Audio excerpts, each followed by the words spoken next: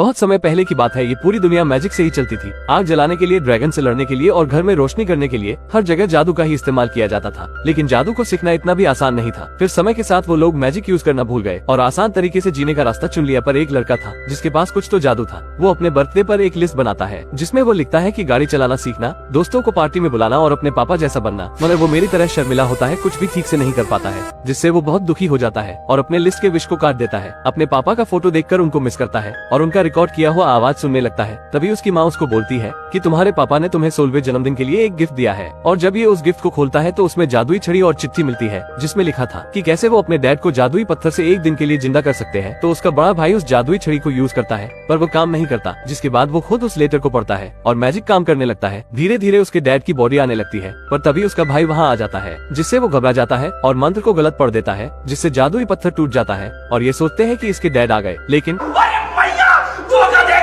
इनके डैड का आधा ही शरीर आ पाता है। तो बार्ली कहता है पैसा बर्बाद बहन। तो इसका भाई बताता है मुझे पता है ये स्टोन कहाँ मिलेगा और एक कार्ड दिखाता है जिस पर मैंटिकोर लिखा था और ये धूम मचाले करते हुए स्टोन लेने निकल जाते हैं। ये मैंटिकोर के पास पहुँच जाते हैं। ये आधी बिच्छू और आधी ड्रैगन थी। बार्ली इससे फिनिक्स स्टोन का पता पूछता है तो ये इनको एक मैप देती है और फिर पता नहीं कौन से सस्ते नमक के नशे करती है कि अपने रेस्टोरेंट को ही आग लगा देती है। तो ये दोनों भाई अपने आधे बाप को उठाकर बड़ी मुश्किल से बाहर निकलते हैं और गाड़ी लेकर 9-2-11 हो जाते हैं। मगर इनके जाते ही इनकी माँ भी वहाँ आ जाती है और मैंटिकोर से अपने बेटों के बारे में पूछती है तो ये बताती है कि वो दोनों फीनिक्स पत्थर को ढूंढने गए हैं और मुझे पता है अब वो कहाँ होंगे। तो ये मैंटिकोर को कार में डालकर रफू चक्कर हो जाती है। लेकिन पुलिस वाला ये मैंटिकोर से उसकी तलवार के बारे में पूछती है तो वो बताती है कि मैंने वो तो दारू में उड़ा दी। वाह दीदी, वाह दीदी।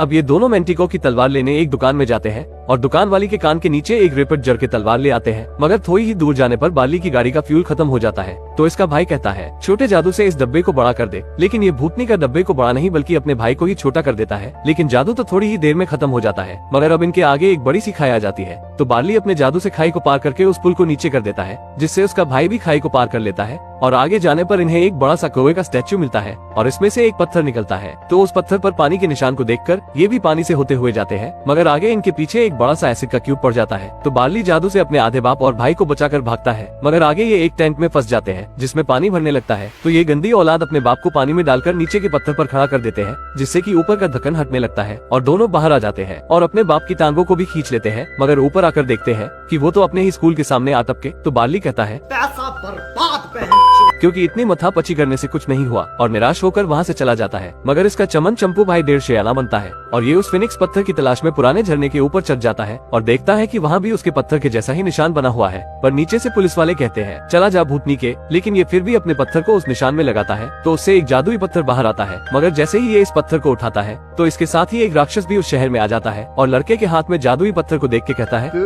तो गया बेटे, और उन पर आग से हमला करने लगता है कि तभी उसकी मम्मी मारती है सुपर हीरो लैंडिंग और राक्षस की खटिया खड़ी कर देती है। मगर राक्षस तो एक चमाट में ही इनकी हवा टाइट कर देता है और बार्ली भी जादुई पत्थर से अपने बाप को जिंदा करने लगता है कि राक्षस भी तेजी से उनकी ओर आने लगता है। तो बार्ली अपने भाई को अपने पापा के पास छोड़कर खुद उस राक्षस से लड़ने लगता है। तो राक्षस भी कहता है चला जा भूतनी के, जिससे बार्ली नीचे गिर जाता है और उसकी जादुई छड़ी भी समुद्र में गिर जाती है। फिर ये राक्षस दोबारा उस जादुई पत्थर की ओर जाने लगता है। तो बार्ली देखता है कि उसके हाथ पर जादुई छड़ी का एक छोटा सा तिनका है। तो ये उस तिनके से अपनी छड़ी बना लेता है और इधर से उसकी माँ भी तलवार को फेंक देती है। तो ये जादू से अपनी माँ की तलवार को उस राक्षस के आर पार कर देता है, जिससे राक्षस खलास हो जाता है और बार्ली उसके मलबे में फंस जाता है। तो ये पत्थरों के बीच से अपने पापा और भाई को देखता है कि तभी सूरज डूबने के साथ ही इसके पापा भी गायब हो जाते हैं। फिर बार्ली को उसका भाई मलबे से बाहर निकालता है और अपने गले से लगाता है। अब उसके शहर में जादू का दोबारा से इस्तेमाल होने लगा है और अपना बार्ली भी अब स्कूल में बच्चों को जादू सिखाता है। अगर आपको वीडियो अच्छी लगी हो तो लाइक जरूर करें। ये आपके लिए तो फ्री है पर इससे हमारी बहुत मदद होती है।